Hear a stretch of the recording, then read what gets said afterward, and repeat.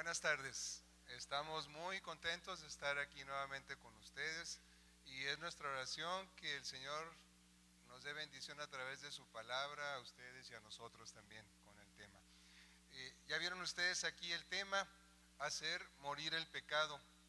Nos parece con frecuencia que esto debería ser una especie de gran empresa que deberíamos emprender dentro de algún tiempo o algunos años.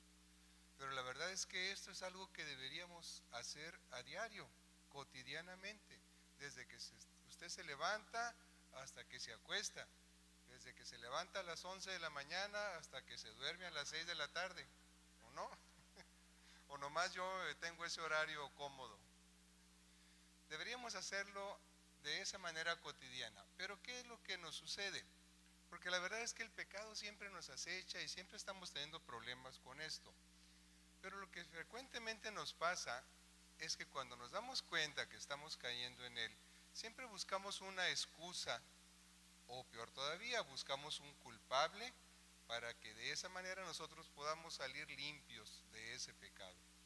Le voy a contar una fábula que ilustra muy bien y de diferentes ángulos y puntos de vista qué es lo que nos sucede cuando estamos cayendo en el pecado. Dice la fábula que había una vez un rey sabio y poderoso que gobernaba en la remota ciudad de Guirani y era temido por su poder y amado por su sabiduría. En el corazón de aquella ciudad había un pozo cuya agua era fresca y cristalina, y de ella bebían todos los habitantes, incluso el rey y sus cortesanos, porque en Guirani no había otro pozo. Una noche, mientras todos dormían, una bruja entró en la ciudad y derramó 7 gotas de un extraño líquido en el pozo y dijo: de ahora en adelante, todo el que beba de esta agua se volverá loco. A la mañana siguiente, salvo el rey y su gran chambelán, todos los habitantes bebieron el agua del pozo y enloquecieron, tal como lo había predicho la bruja. Y durante aquel día, todas las gentes no hacían sino susurrar el uno al otro en las calles estrechas y en las plazas públicas. Y decían: el rey está loco, porque susurraban, ¿no? Que no los fuera a oír el rey. Nuestro rey y su gran chambelán han perdido la razón, decían. Y luego deducían y decían: naturalmente, no podemos ser gobernados por un rey loco, es preciso destronarlo.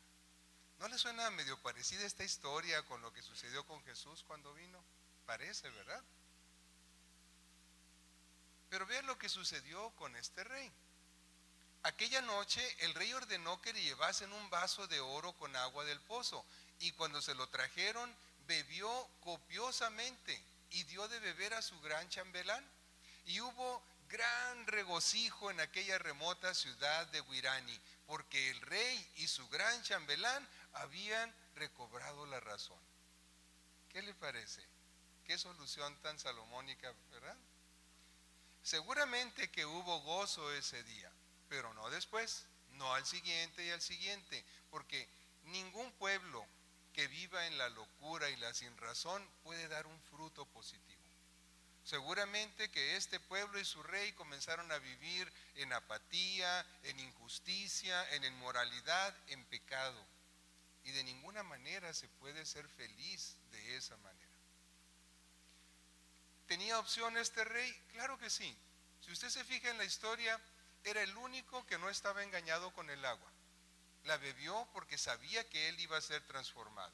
Pero en lugar de buscar una solución para él y para su gente, prefirió tomar el camino fácil. Lo que nos sucede hoy, ¿no? El mundo nos presiona y en lugar de enfrentar el mundo y aún ser pasados por fanáticos o otras cosas, preferimos seguir el mundo. Por ejemplo, el mundo nos dice, cada vez pone a la moda con menos ropa, con menos tela, ¿verdad? Y nosotros, en lugar de decir: no, yo creo que eso no es por ahí, no es para mí, no, decimos: bueno, pues es que, ¿qué hacemos? Así está la moda. O sea, nos vamos con lo que el mundo dice. Este rey tenía opciones, pero no quiso tomarlas, tomó el camino fácil. Usted se puede imaginar a Jesús si hubiera sido este rey, diciendo, quiero decirles a todos los homosexuales pedirles una disculpa porque a lo largo de todos estos siglos los he condenado por su práctica sexual, pero ahora entiendo que su amor es puro y limpio, así que a partir de ahora no hay ningún problema. Hombres con hombres, mujeres con mujeres, es más, se pueden casar, pueden adoptar hijos porque es su derecho, pobrecitos ustedes. ¿Ustedes se imaginan a Jesús diciendo eso? De ninguna manera.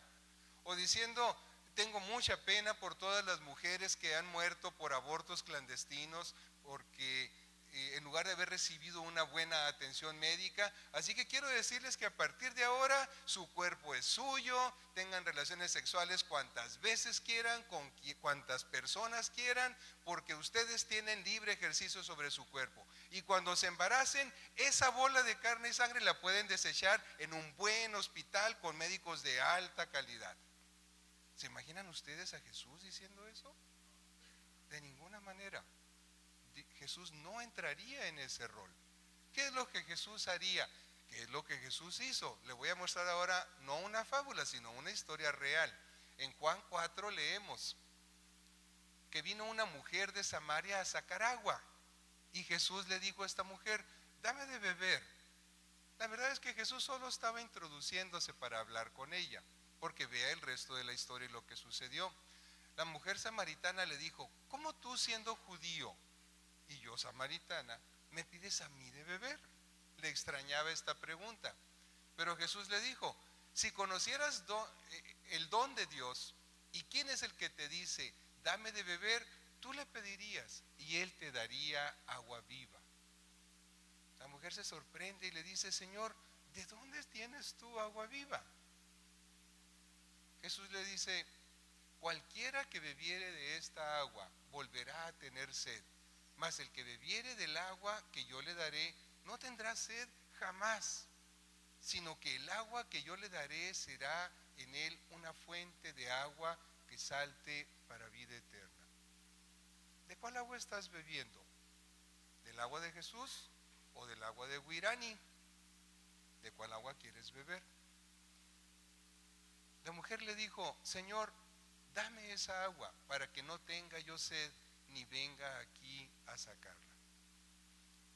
Quiero dejarte esta pregunta de reflexión por el momento.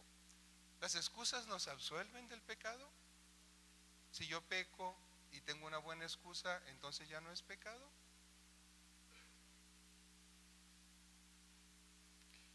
Buenas tardes. Escuché un eco que dijo que no, ¿verdad? Las excusas no nos absuelven de pecado. A veces las buscamos de manera inconsciente, ni siquiera estamos conscientes de que estamos justificando nuestras acciones y buscando excusas y culpables para ellas.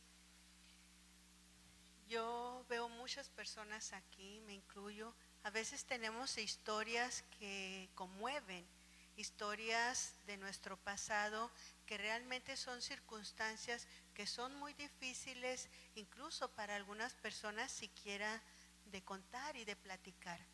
Han vivido rechazo desde que eran pequeños, fueron abandonados por sus padres, algunos ni siquiera los conocieron. Otros fueron maltratados por las personas que se supone debieran de haber cuidado de ellos. Algunos más padecieron abuso sexual siendo niños, aún siendo grandes. Humillaciones difíciles de soportar, repetidas desde que eran pequeños.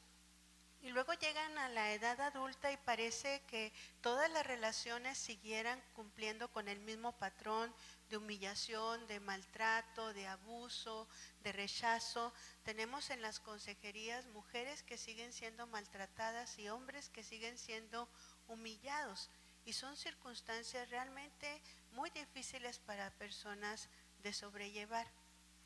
Cuando nosotros hemos vivido una circunstancia difícil, tenemos un camino que tenemos que seguir, que dice la Escritura, al que ustedes perdonen, yo también, para que Satanás no gane ventaja alguna sobre nosotros. Cuando nosotros hemos tenido circunstancias o experiencias difíciles y nosotros no sanamos esa experiencia, entonces viene un gancho a nuestra alma, nuestras emociones quedan ligadas a esa circunstancia o a ese evento y le damos un lugar al diablo para que gane ventaja sobre nosotros. Él es el enemigo de Dios y quiere lastimarnos, quiere robarnos de las bendiciones que Dios tiene para nosotros y de nosotros depende dejarlo hacer su trabajo o no.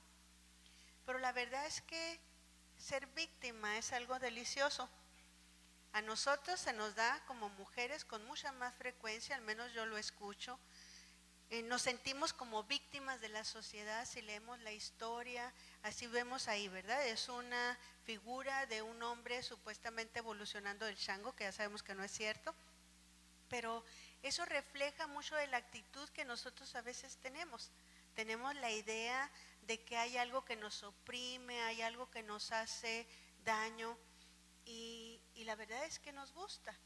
Yo cuando era recién convertida, gracias a Dios ya no pienso igual, pero cuando estaba recién convertida me encontré con unas palabras de Pablo que dice que ninguno me cause molestias porque yo llevo en mi cuerpo las marcas del Señor Jesucristo. Y entonces yo dije, esa soy yo he sufrido tanto que nadie me cause molestias.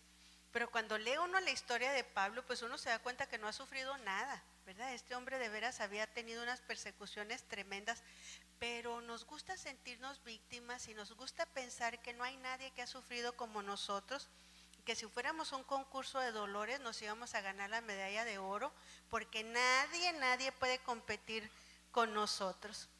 Porque eso nos justifica, es una manera de justificar actitudes incorrectas que nosotros tenemos como la ira, ¿verdad? Si usted estuviera casado con la mujer con la que yo tengo, a ver si no se enojaría.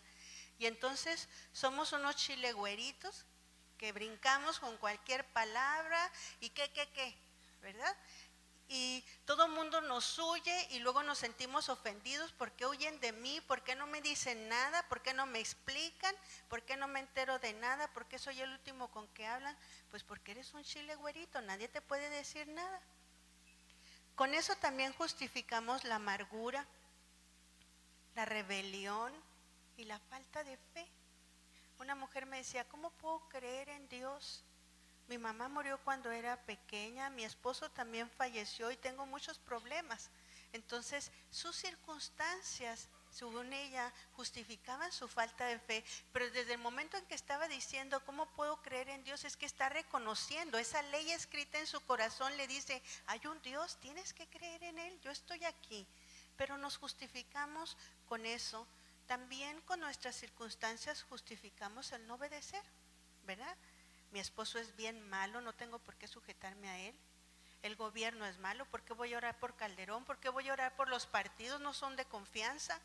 Y el presidente municipal, si yo conozco su casa, y entonces comenzamos a justificar nuestra desobediencia como si Dios mandara que nosotros lo respetemos por las circunstancias de ellos. Nos manda a respetarlos independientemente de eso, pero no nos gusta. El alcoholismo, la pornografía, adicciones a las que ahora les cambiamos de nombre y ahora se llaman problemas de salud. Si es una adicción, de alguna forma yo tengo que hacer algo con ella, pero si es un problema de salud está fuera de mí. Yo soy un alcohólico. Un hombre me decía en una ocasión, pues ahí dice la Biblia, licor para los de amargado ánimo, y yo soy muy amargado. Entonces hasta bíblicos se vuelven con tal de justificar sus propias conductas incorrectas. Entonces que si es una enfermedad, yo no soy culpable, me voy a colgar un letrero como los que andan en el semáforo, yo soy libre de drogas, yo ya no soy adicto. Pero ese letrero lo que dice es que tienes que portarte bien conmigo porque acuérdate que soy un enfermo y tú puedes hacer que yo regrese a ese lugar. Al pecado nos gusta cambiarle de nombre. No nos gusta llamarlo por su nombre porque suena feo, ¿verdad? La Biblia dice que el borracho y el lascivo no van a heredar el reino de Dios, entonces es un adicto porque pecado se oye feo, borracho también. Y le cambio el nombre y entonces me siento menos mal. Así ahora tenemos que el bebito, el hijo de su mamá, ya no se llama bebé, ahora se llama producto de la concepción. Y así si lo asesino, no voy a tener problemas. Y lo escuchamos en la televisión, dicen los del grupo Provida, el bebito, no, es un feto, es un producto, no tiene nombre, no tiene personalidad, y así me siento menos culpable. A la homosexualidad se le llama secuela. Es la secuela del maltrato de los padres, de una mala figura paterna, de un abandono, de una mala figura de hombre y mujer. Y entonces es una secuela. Y lo que nosotros buscamos con estos nombrecitos que nosotros nos inventamos es acallar la conciencia. El Espíritu Santo nos redarguye de pecado y nosotros queremos acallar ese espíritu y decir realmente no es pecado. Y todo este movimiento pro-gay que estamos viendo es en realidad el deseo enorme que tienen estas personas de acallar su propia conciencia.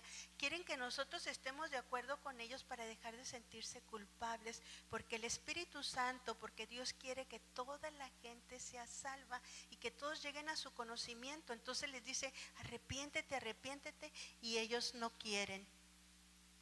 Si no, explíqueme usted cómo el mismo evento produce secuelas que son completamente opuestas. Un niño abusado sexualmente tiene como secuela la promiscuidad o la apatía.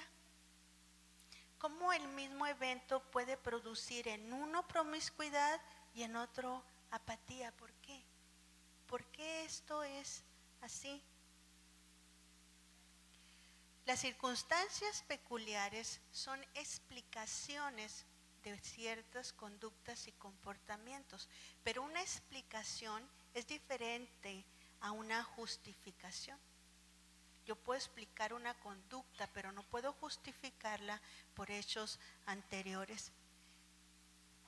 Entonces la gente dice que si hay una explicación, entonces Dios es injusto.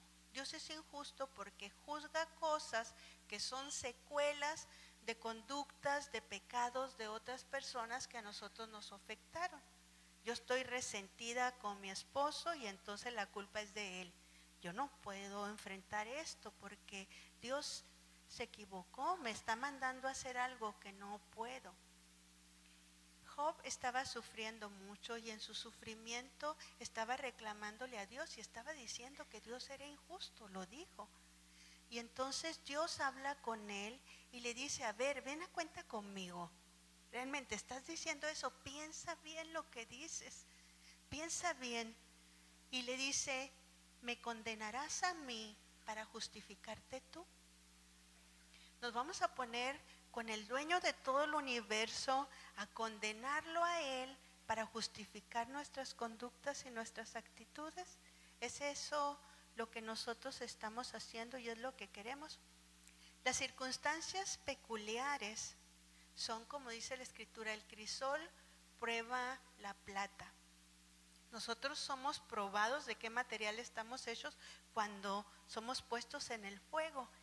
Y Dios no miente, dice en Santiago, que nosotros pecamos de nuestras propias concupiscencias.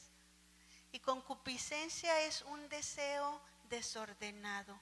¿Por qué uno se hizo promiscuo y el otro apático?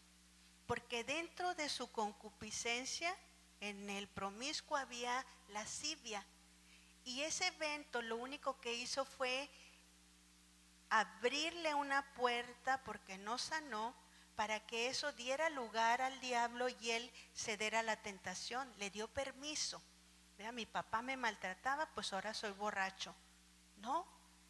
Y al otro que tenía como problema el rencor, entonces le dio por la apatía, porque su problema era el rencor y su justificación es ese evento. Entonces nosotros buscamos justificaciones a nuestros actos con ese tipo de cosas.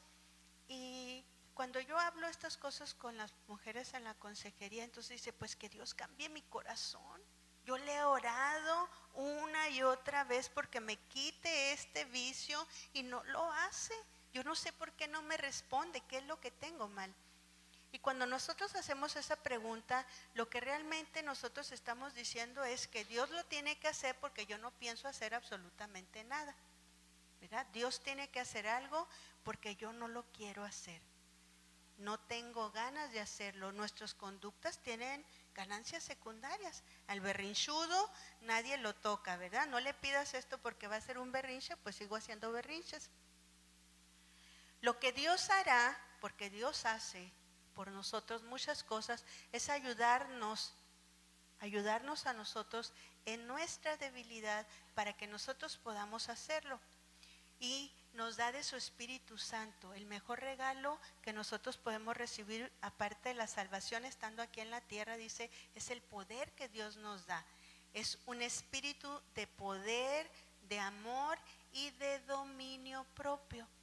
O sea, que yo tengo que hacer la parte que a mí me corresponde porque tengo libre albedrío.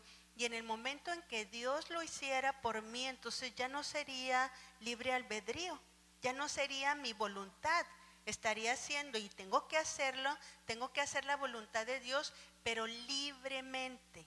No soy un títere, Dios me dio libre albedrío.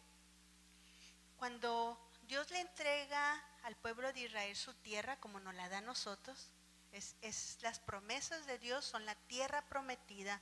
Le dice: yo te daré la cerviz de todos tus enemigos.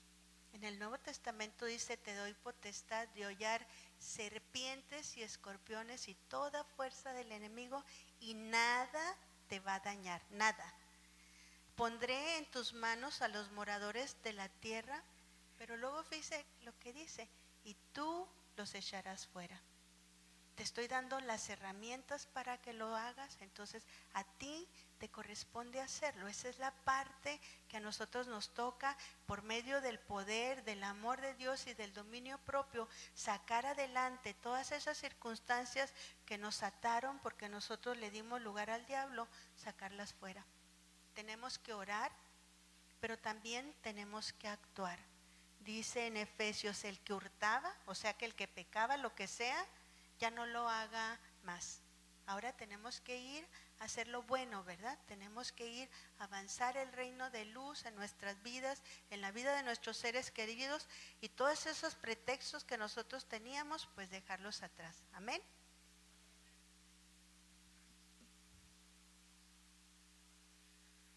En una ocasión nos contó una pareja que estaban orando ellos dos y estaban en el punto más álgico de su oración, y entonces dice él: Señor, y en tu nombre hollamos serpientes y escaleras.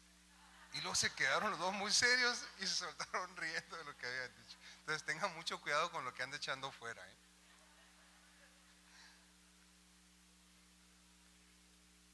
Charles Finney, un evangelista y un gran predicador del siglo XIX en Estados Unidos, dijo esto: toda excusa por el pecado condena a Dios.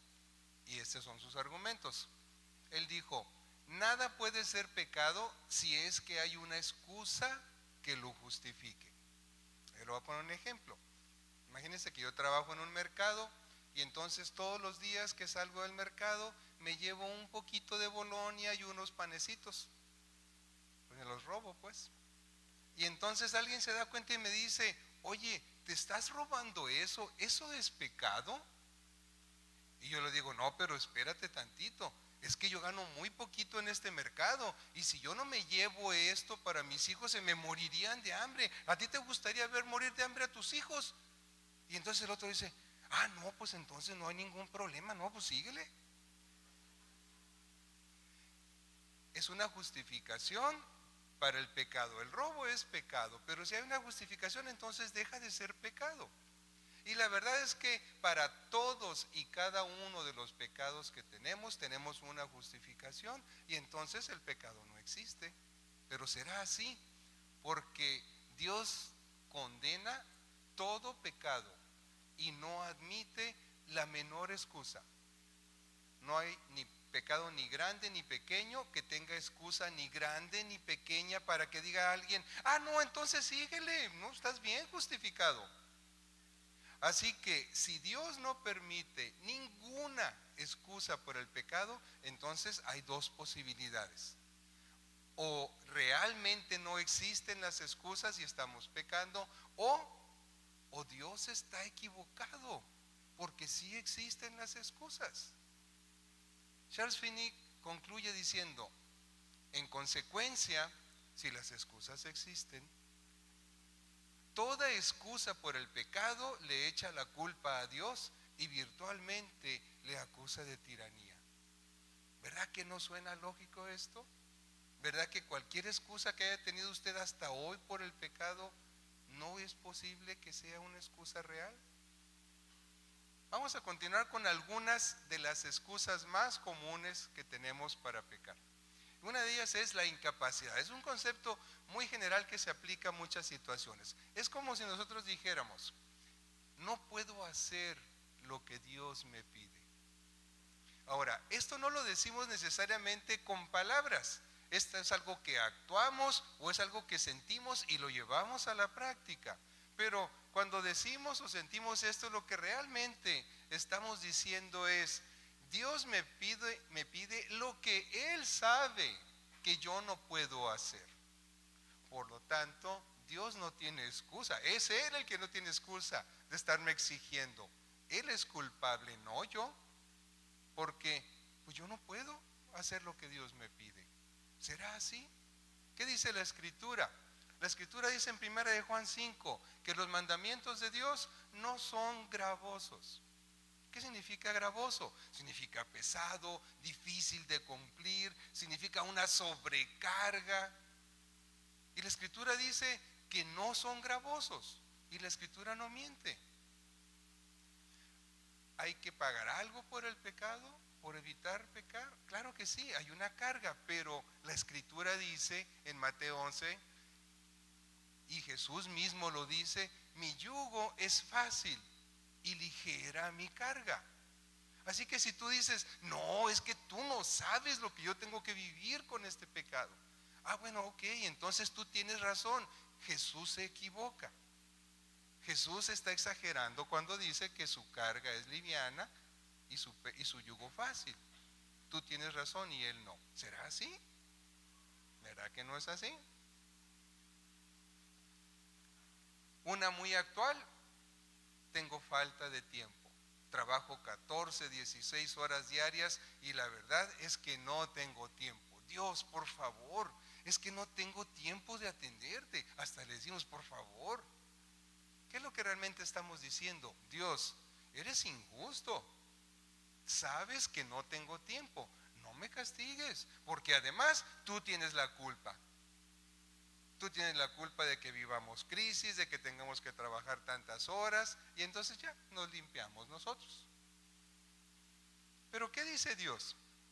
¿Qué dice Dios en toda la Escritura? En todo su mensaje. Una sola cosa. Dios te dice, dame tu corazón. Es todo lo que te pide. Dame tu corazón. ¿Cuánto te tomaría hacer esto? Ve lo que dice Colosenses 3. Y todo lo que hagas, hazlo de corazón, como para el Señor, y no para los hombres. Así que, ¿estás trabajando 14 horas diarias? Deja de hacerlo ya para ti, o tu familia y los que te rodean. Comienza a hacerlo para Dios. Y no te confundas, no estoy diciendo que dejes tu trabajo y que te vengas a la iglesia a servir y que no te paguen nada y porque hay que trabajar para Dios. No, estoy diciendo que hagas lo mismo, pero ahora digas, esto, Señor, lo hago para ti. Y como yo sé que ya le está sonando a chiste mexicano donde ese ingenioso que siempre sale ganando, burlando a los demás, no estamos burlando a nadie. Si usted le entrega su corazón y su trabajo a Dios, entonces ahora va a dejar de robar si está haciendo ese robo hormiga, como el que le comentaba hace rato. Va a respetar a sus jefes, no importa que no opinen igual que usted. Va a tener una buena relación con sus compañeros. porque eso es justo delante de Dios. Va a ser productivo en su trabajo porque ahora va a hacer lo que a Dios le agrada. ¿Se da usted cuenta cómo haciendo lo mismo y entregándolo a Dios, usted puede obtener un fruto y una bendición de Dios? Eso es lo que Dios le pide. En ninguna parte de la Escritura dice, amarás a Dios con el poder de un ángel. Lo único que dice es, amarás a Dios con todo tu corazón. Eso sí, con todo, pero lo que tú tengas. ¿Tienes un corazonzote? Pues con todo tu corazonzote. ¿Tienes un corazoncito? Pues con todo tu corazoncito. Dios no te pide más de lo que tú puedes dar. Así que esto de la falta de tiempo no es una excusa para pecar. Otra excusa muy socorrida es la naturaleza pecaminosa. Decimos, yo sé que cometo pecados. Uy, qué honesto, ¿verdad? Pero, pues, ¿qué hago? La carne es débil, decimos. Y ya, con eso nos justificamos para seguir pecando. Lo que realmente estamos diciendo, tal vez no con palabras, es, yo no tengo la culpa que Dios me haya hecho así. Él me debe aceptar como soy. Yo he escuchado hombres decir, pues si Dios fue el que puso esta sexualidad y este deseo en mí, pues ¿por qué no lo voy a usar? ¿Será eso justificación? O sea, yo no tengo la culpa, Dios tiene la culpa. Pero esta declaración niega el poder transformador de Dios. Y si nosotros lo permitimos, Dios nos puede transformar. Esta declaración niega el libre albedrío. Es decir, tú puedes decidir, pero estás diciendo que no hay manera porque Dios te hizo así. O sea, ¿eres un títere de Dios? Donde no hay manera de que tú tomes una decisión. No es así. Esta declaración niega la efectividad de la cruz. Es como si tú dijeras, sí, ya sé que Jesús murió en la cruz y derramó su sangre por mí. Ya sé todo eso, lo he escuchado muchas veces aquí. Pero, ¿qué quieres? Tengo una naturaleza caída. Eso es lo que estamos diciendo. Y finalmente, estamos haciendo del pecado un poder mayor que Dios. Qué aberrante se escucha todo esto. ¿Podremos seguir pecando y apelar a que tenemos una naturaleza caída y pecaminosa? Usted lo decide.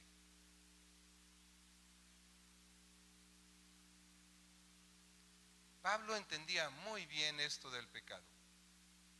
El pecado es algo que nos va a acompañar todos los días por el resto de su vida. Por lo tanto, tenemos que luchar con el pecado y hacerlo morir todos los días, desde que nos levantamos hasta que nos dormimos, hasta que nos muramos, porque solamente cuando estemos con el Señor vamos a ser 100% libres de este azote y esta tentación que es el pecado. Pablo dijo, miserable de mí, ¿quién me librará de este cuerpo de muerte? Y a muchos nos encanta quedarnos aquí y decir, sí es cierto, ¿quién nos irá a librar algún día? Pero él mismo, Pablo dice, gracias yo doy a Dios por Jesucristo, Señor nuestro. Hoy Jesucristo te puede ayudar a liberarte del pecado. Y el último que quiero mostrarles es que no puedo creer. Hay gente que no quiere creer en Dios y hay cristianos que se han vuelto al mundo diciendo, no, es que la verdad, no sé, pero no puedo creer que Jesús es Dios, es más, ni siquiera que existe. ¿Qué es lo que realmente estamos diciendo? Bueno, Charles Finney dice, lo traduce de esta manera. Charles Finney dice, ¿quieres decir tú, hombre, que no puedes creer en un Dios infinitamente veraz, pero sí crees en lo que dice tu prójimo? A mí me sucede con la debida proporción algo muy similar a esto. Un paciente va conmigo y yo le digo, tómese esta pastilla y necesito verlo en tanto tiempo. Regresa al tanto tiempo, le insisto, esto me sucede con frecuencia. Regresa al tanto tiempo, veo que no mejoró y le pregunto yo, todo extrañado, oiga, ¿se tomó la pastilla? Y entonces me dice, muy honestamente, no. Ah, caray, ¿y por qué no se la tomó? Ah, es que me dijeron que me podía hacer daño. Oh, oiga, ¿y quién le dijo eso? Ah, mi cuñada. ¿Y su cuñada es médico? No, ella nada más trabaja en su casa y vende joyería. Oh, ¿qué le parece? Porque yo estudié 9 años para ser hematólogo, aparte de la prepa y la secundaria y la primaria y el kinder y todo lo que usted quiera. Y esa persona no estudió nada, pero ella le dijo que no le podía hacer daño. ¿Qué le parece? Quiere decir que no puedes creer en un Dios infinitamente veraz, pero sí crees en los filósofos y toda esa gente que tiene doctrinas extrañas y que son hombres. Eso es lo que está diciendo Charles Finney. ¿Quieres decir que Dios te pide que creas cosas imposibles o tan repulsivas para la razón que no puedes aceptarlas? ¿Algo así te ha pedido Dios? ¿Alguna vez Dios te ha dicho, para que puedas ser salvo, necesitas matar a tu hijo también igual que yo? ¿O matar gente allá afuera? ¿O te ha pedido algo así de corrupto? Yo creo que no. Lo único que te ha dicho, dame tu corazón, alíate conmigo, yo te voy a limpiar.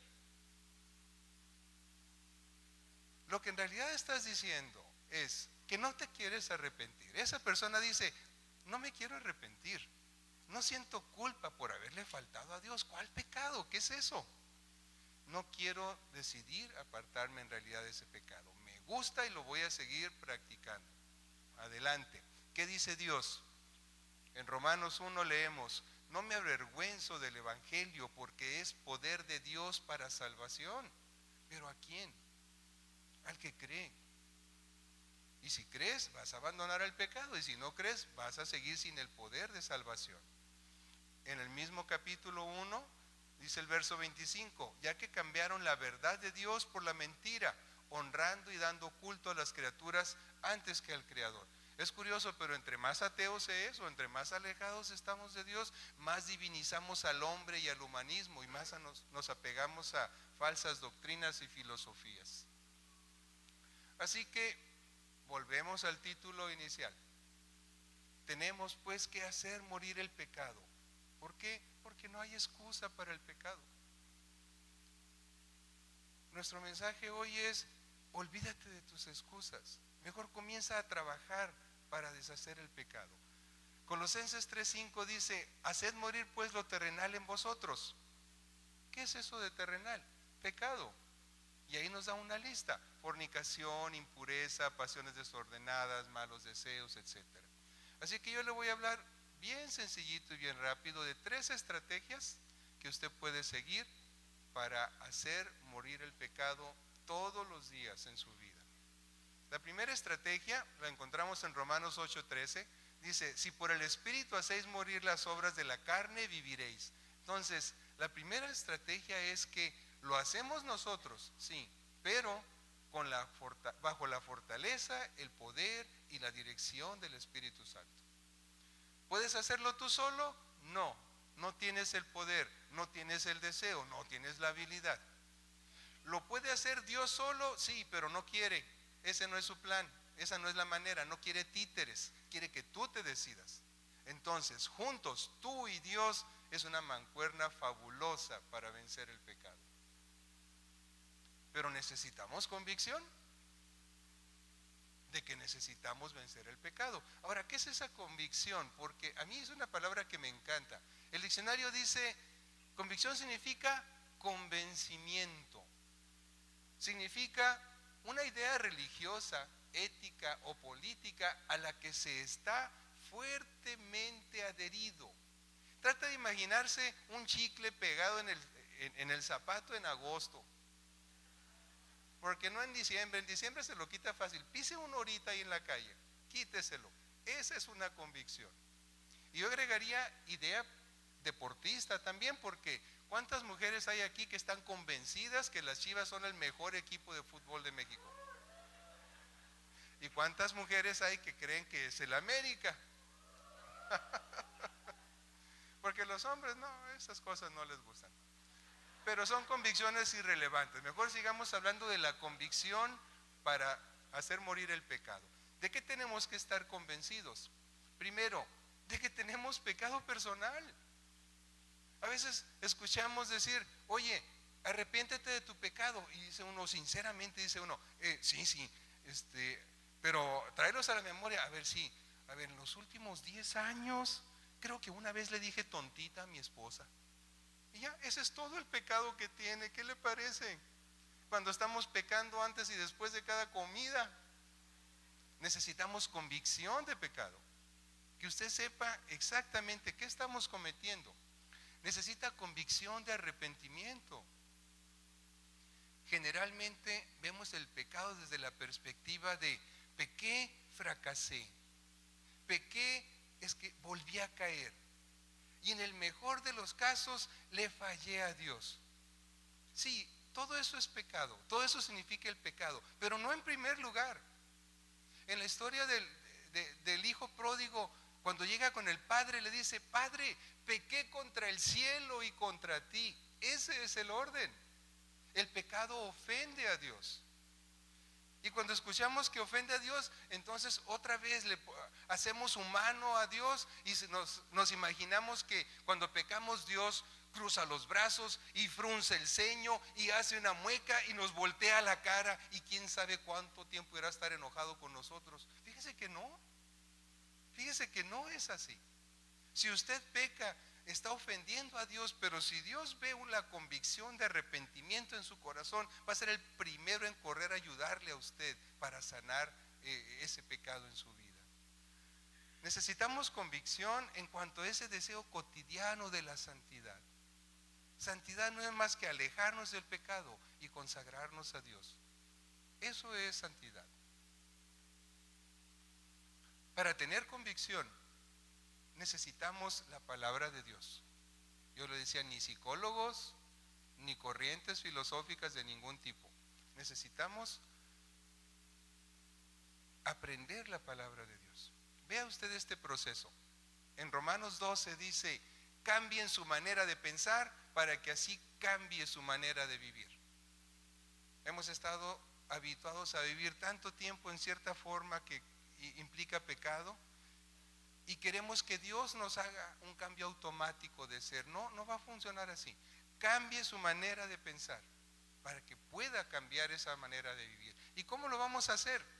Yo le insisto, no va a ser leyendo a Paulo Coelho, ni a filosofías, ni a corrientes psicológicas para mejorar, para superarnos personalmente, porque todo eso viene del hombre y el hombre se equivoca, pero Dios no se equivoca nunca.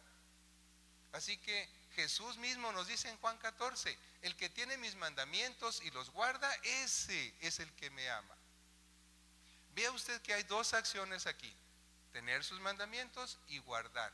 Pero la palabra guardar viene en el original griego. Esta palabra no significa meter en un cajón, significa poner en práctica, significa hacerlo con precisión, significa cumplir el mandamiento. A eso se refiere.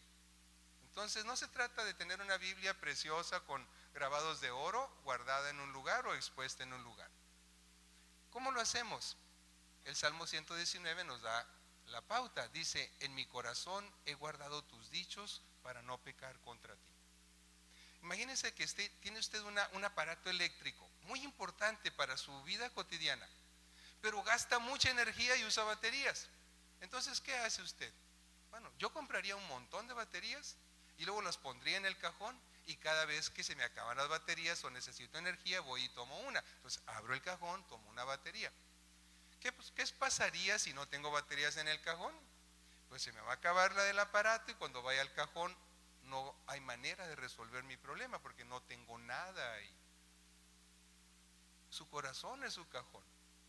Llénelo de energía, llénelo de, no estoy hablando de nueva era, estoy hablando de la palabra de Dios. Llénelo de textos.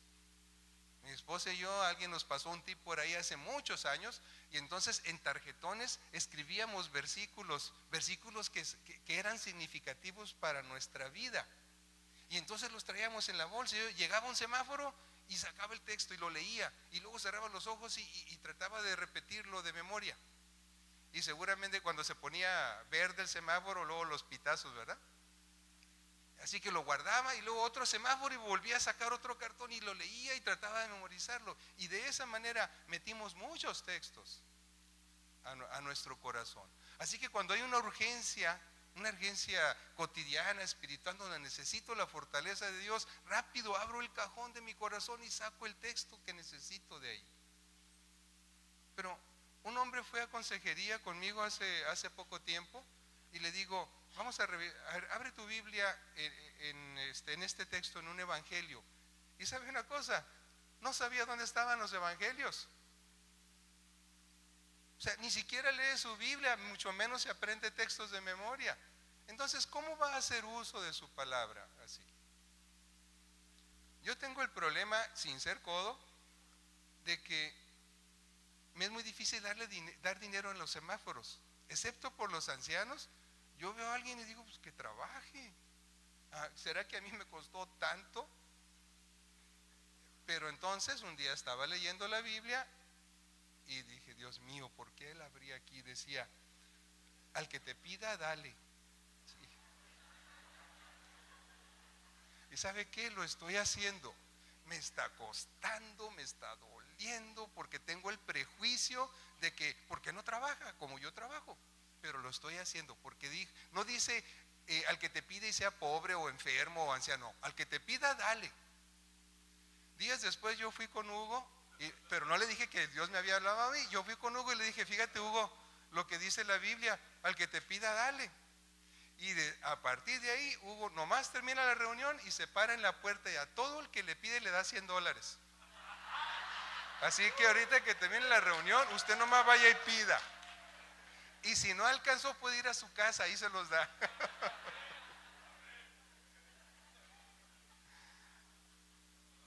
Segunda estrategia, ya vamos a terminar. Segunda estrategia la encontramos en Hebreos 5.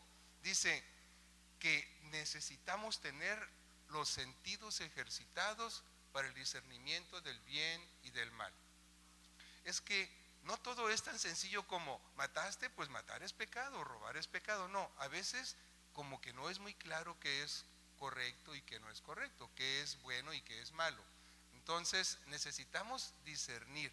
Y yo le voy a dar en 3 textos de Primera de Corintios, le voy a dar 4 preguntas que usted puede hacerse cada vez que quiera hacer algo para saber si es bueno o es malo. Vea, la primera pregunta surge de Primera de Corintios 6:12. Todas las cosas me son lícitas, mas no todas convienen. Entonces, usted quiere hacer algo, usted dice, ¿esto que quiero hacer es útil? ¿Es útil físicamente o espiritualmente o mentalmente? Si la respuesta es sí, bueno, vamos por buen camino. La siguiente pregunta en el mismo texto, dice el texto, todas las cosas me son lícitas, mas yo no me dejaré dominar de ninguna.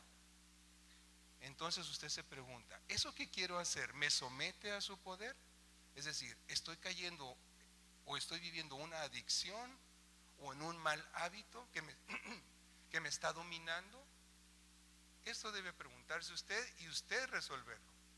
Tercer pregunta en Corintios 8, dice, si la comida le es a mi hermano ocasión de caer, no comeré carne jamás para no poner tropiezo a mi hermano. Así que a lo mejor eso que usted quiere hacer le es útil, no lo somete a su poder, pero está hiriendo a otra persona. Entonces eso es suficiente para que usted se detenga. La cuarta pregunta dice en Corintios 10, si pues coméis o bebéis o hacéis otra cosa, hacedlo todo para la gloria de Dios. Nuevamente, ¿eso que quiero hacer glorifica a Dios? Porque si la respuesta es no, entonces ¿valdrá la pena hacerlo? ¿Será realmente bueno eso que quiero hacer? Hágase estas 4 preguntas, vea que están fundamentadas en la Escritura y usted va a tener una manera mejor todavía de discernir entre el bien y el mal. Y la tercera estrategia la encontramos en Romanos 14, en todo el capítulo de Romanos 14. La estrategia es respetar las convicciones de otros. Porque aquí todavía el pecado puede ser más sutil. Ya no es una manera de pecar directa, sino más bien indirecta. Me va a entender mejor ahorita que le explique esto. Romanos 14 podemos sacar 3 principios generales para respetar las convicciones de otro. Primero, en los versos 1 al 4, no juzgar a quienes tienen convicciones diferentes a las nuestras. Una cosa es un punto doctrinal, como por ejemplo, ¿Jesús es Dios o no es Dios? Eso es un punto doctrinal básico. Jesús es Dios para nosotros. Y si alguien dice, Jesús no es Dios, bueno, yo respeto a la persona, pero no su doctrina, de ninguna manera. Yo no puedo decir, él está bien y yo también. No, de ninguna manera, la Biblia no dice eso. Pero por ejemplo, los adventistas dicen que se debe guardar el sábado, y ellos guardan el sábado. Nosotros no, nosotros guardamos el domingo. Este punto se debe aplicar respetando nosotros, pues que ellos guarden el sábado. ¿Cuál es el problema? No están pecando. Y nosotros guardamos el domingo y esperamos ese mismo respeto. Pero partiendo de esta premisa, hubo grupos que dijeron, no, momento, si ustedes no guardan el sábado están pecando. Entonces ya no están respetando una convicción que no es doctrinal. Y todavía hubo más, hubo quien cayó en el sectarismo diciendo, no solamente deben guardar el sábado, sino si no pertenecen a nuestro grupo, ustedes no pueden ser salvos. Entonces aquí no habría ningún cristiano, porque según ellos hay que pertenecer a su religión. Entonces estamos cayendo en el pecado de soberbia y de falsedad. Queda claro este punto, ¿verdad? El siguiente punto en el versículo 5 al 8. Nuestra convicción debe ser para el Señor, con el deseo de ser obedientes a Dios. Si yo tengo una convicción personal, es para obedecer a Dios, no para pretender que soy mejor que los demás. Los judíos mesiánicos comenzaron muy bien, porque un judío que practica el judaísmo no cree que Jesucristo es ese Mesías que ellos están esperando, no creen que Él es Dios. Y el judío mesiánico se le llama aquel que siendo judío y practicando el judaísmo, ahora acepta a Cristo como su Señor y Salvador. Qué bonito, ¿verdad? Pero de ese grupo ya surgieron grupos que ahora dicen que ser judío mesiánico es lo mejor que puede haber y que todo mundo debería ser así. Y a la persona que quiere entrar a su grupo le buscan y le rebuscan para hacerlo judío a fuerzas. Me refiero al linaje, a genes, ¿no? Y a todo mundo le encuentran de qué línea viene a ser judío. Pero entonces ya no lo están haciendo para obedecer a Dios, sino lo están haciendo para ser mejores que otros, porque ser judío es mejor, dicen ellos. Y el tercer punto lo vemos en el verso 23, dice, cualquiera que sea nuestra convicción, debemos mantenernos fieles a ella, porque obrar en contra es pecado. Si hay alguien aquí que le condena a ver la televisión, pues para esta persona es pecado. Y si ve la televisión por la razón que sea, está pecando dentro de su convicción. Eso es lo que, no me crea a mí, lea por favor capítulo 14 y verso 23. Entonces, la persona que tenga una convicción de algo respecto a Dios, respete su convicción y hágala congruente con Dios, porque lo está haciendo para Dios, no para apantallar a nadie más. Termino con este texto. En Mateo 24 es Jesús mismo hablando y dice él, y por haberse multiplicado la maldad, el amor de muchos se enfriará. Esto está sucediendo hoy en todo el mundo y con mucha fuerza. Pero luego también dice, mas el que persevere hasta el fin, este será salvo. Y gracias a Dios que esto también está sucediendo hoy en todo el mundo y salvando mucha gente. Que seamos nosotros también dentro de ese grupo. ¿Qué le parece? Que el Señor los bendiga.